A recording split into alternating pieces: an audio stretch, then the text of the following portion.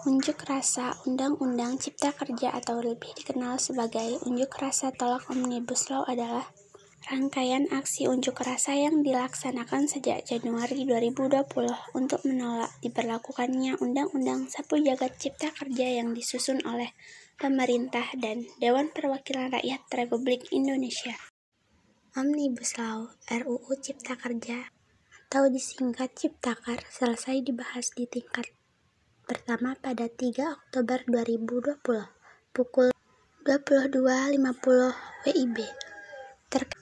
Terkait hal ini, para buruh akan melakukan aksi demo dan mogok kerja di berbagai daerah pada 6-8 Oktober 2020, menolak RUU yang dianggap memuat sejumlah pasal bermasalah atau kontroversial. Berikut ini adalah demo unjuk rasa Undang-Undang Cipta Kerja atau lebih dikenal sebagai unjuk rasa tolak Omnibus Law.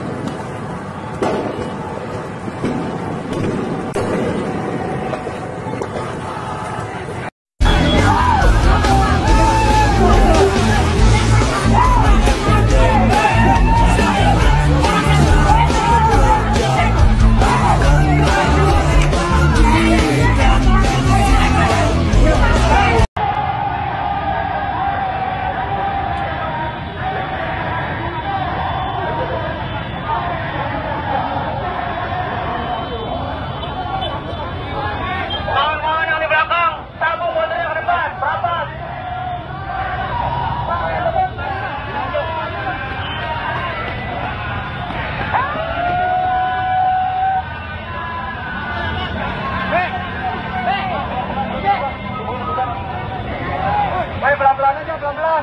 Border. Border.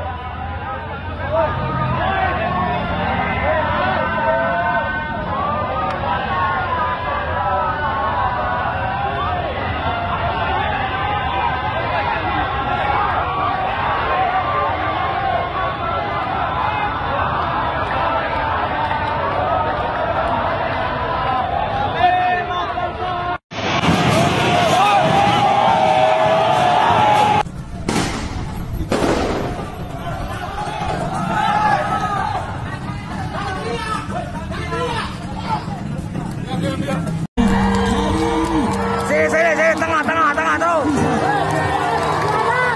DPR pengkhianat.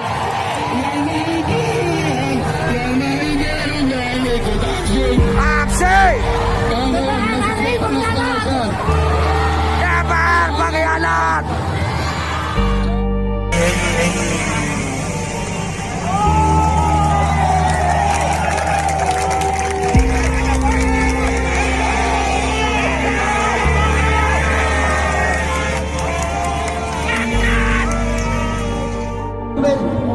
Selamat pagi warga-warganya.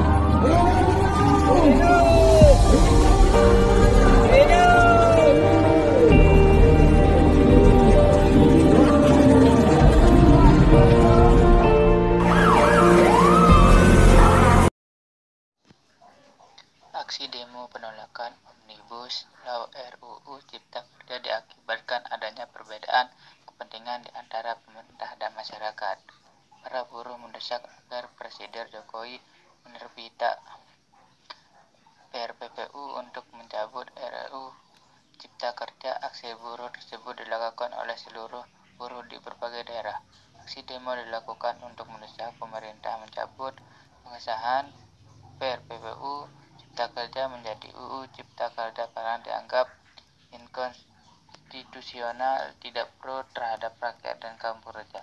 Oleh karena itu, banyak kalangan pekerja dan buruh yang menolak UU Cipta Kerja karena mereka menganggap bahwa undang-undang ini dapat mengorbankan hak-hak mereka demi kepentingan pengusaha dan pemerintah.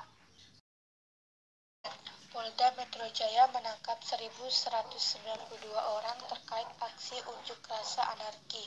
Dari hasil pemeriksaan, 135 orang diantaranya patut diduga melakukan tindak pidana. Dari 135 orang itu yang sudah ditingkatkan ke proses penyidikan sebanyak 83 orang. Sebanyak 54 orang ditetapkan sebagai tersangka, 28 diantaranya ditahan. Berikut data gedung dan fasilitas umum yang dirusak dan dibakar pendemo. Pertama, 18 halte Transjakarta dirusak dan dibakar. Kedua, lobi kantor Kementerian ISDM dirusak. Ketiga, 6 unit mobil di kantor Kementerian ISDM dirusak. Keempat, fasilitas di jalur sepeda umum dirusak.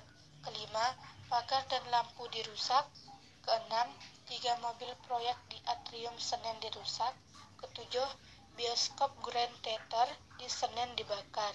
Kedelapan, deretan ruko di belakang bioskop Grand Theater dibakar. Dan kesembilan, 18 pos lalu lintas dirusak dan dibakar. Unjuk rasa menentang UU Cipta Kerja berujung rusuh pada Kamis 8 Oktober 2020. Vandalisme yang dilakukan pendemo terhadap gedung dan fasilitas umum menimbulkan kerugian sedikit 65 miliar rupiah. Puluhan halte Transjakarta dan fasilitas umum lainnya dirusak hingga dibakar massa demo Omnibus Law kemarin.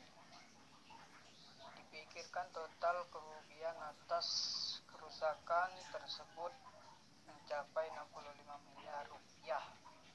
Diperkirakan kerugian 65 miliar rupiah itu kurang lebih hampir semua, ujar Wakil Gubernur DKI Jakarta Ahmad Riza Patria di Balai Kota DKI, Jalan Medan Merdeka Selatan, Jakarta Pusat, Jumat tanggal 9 Oktober 2020. Suasana jalanan kota Surabaya terasa mencekam. Suara tembakan gas air mata, lemparan batu hingga teriakan pendemo terasa memegang di pusat kota, tepatnya di jalan dekat Gedung Negara Gerahadi hingga Gedung Balai Pemuda Surabaya. Kejadian ini berlangsung saat aksi demo penolakan Omnibus Law. Massa yang ricuh dengan melempar batu dan melotot mengakibatkan perkantoran tutup. Kemacetan lalu lintas mengular hingga fasilitas umum yang rusak. Pemerintah akan menindak tegas terhadap kericuhan yang terjadi di tengah-tengah aksi demonstrasi menolak Omnibus Law Undang-Undang atau UU Cipta Kerja. Menteri Koordinator Bidang Politik, Hukum dan Keamanan Menko Polhukam Mahfud MD meminta semua elemen masyarakat untuk menjaga ketertiban dan keamanan. Undang-Undang Cipta Kerja dibentuk justru untuk melaksanakan tugas pemerintah dalam membangun kesejahteraan masyarakat melalui penciptaan lapangan kerja yang semakin banyak, perlindungan terhadap buruh, penyederhanaan birokrasi, dan kemudahan berusaha, serta untuk melakukan pemberantasan korupsi dan pungli dan pencegahan tindak pidana korupsi lainnya. Kedua, pemerintah menghormati kebebasan pendapat dan menyampaikan aspirasi terkait dengan Undang-Undang Cipta Kerja sepanjang semua itu dilakukan dengan damai, menghormati hak-hak warga yang lain, dan tidak mengganggu ketertiban umum. Ketiga, pemerintah menyayangkan adanya aksi-aksi anarkis yang dilakukan oleh massa di tempat-tempat tertentu dengan merusak fasilitas umum, membakar, melukai petugas, dan juga menjarah. Tindakan itu jelas merupakan tindakan kriminal yang tidak dapat ditolerir dan harus dihentikan. Keempat, tindakan merusak bangunan fasilitas umum dan serangan secara fisik terhadap aparat dan warga masyarakat merupakan tindakan yang tidak sensitif atas kondisi yang dialami oleh rakyat yang sedang berjuang melawan pandemi COVID-19 dan juga kondisi ekonomi yang sangat sulit. 5. Untuk itu, demi ketertiban dan keamanan, maka pemerintah akan bersikap tegas atas aksi-aksi anarkis yang justru bertujuan untuk menciptakan kondisi rusuh dan ketakutan di dalam masyarakat. 6. Selain berdemokrasi dengan tertib dan tidak melanggar hukum, ketidakpuasan atas undang-undang tersebut bisa ditempuh dengan cara sesuai dengan konstitusi, yaitu dengan menyalurkannya dalam proses pembuatan peraturan pemerintah, Perpres, Permet, Perkada sebagai delegasi perundang-undangan, bahkan bisa diajukan melalui mekanisme judicial review atau uji menteri maupun uji formal ke Mahkamah Konstitusi. Ketujuh, sekali lagi, pemerintah akan bersikap tegas dan melakukan proses hukum terhadap semua pelaku dan aktor yang menunggangi atas aksi-aksi anarkis tersebut. Bukan saya, Pak! Bukan saya, Pak! Bukan saya!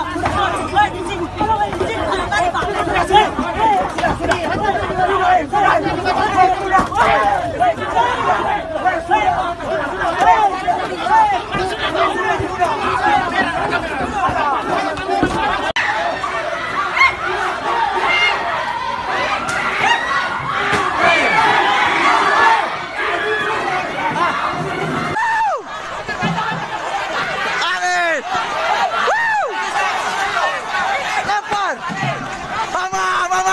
Mama, saya sudah parasa kasar mata.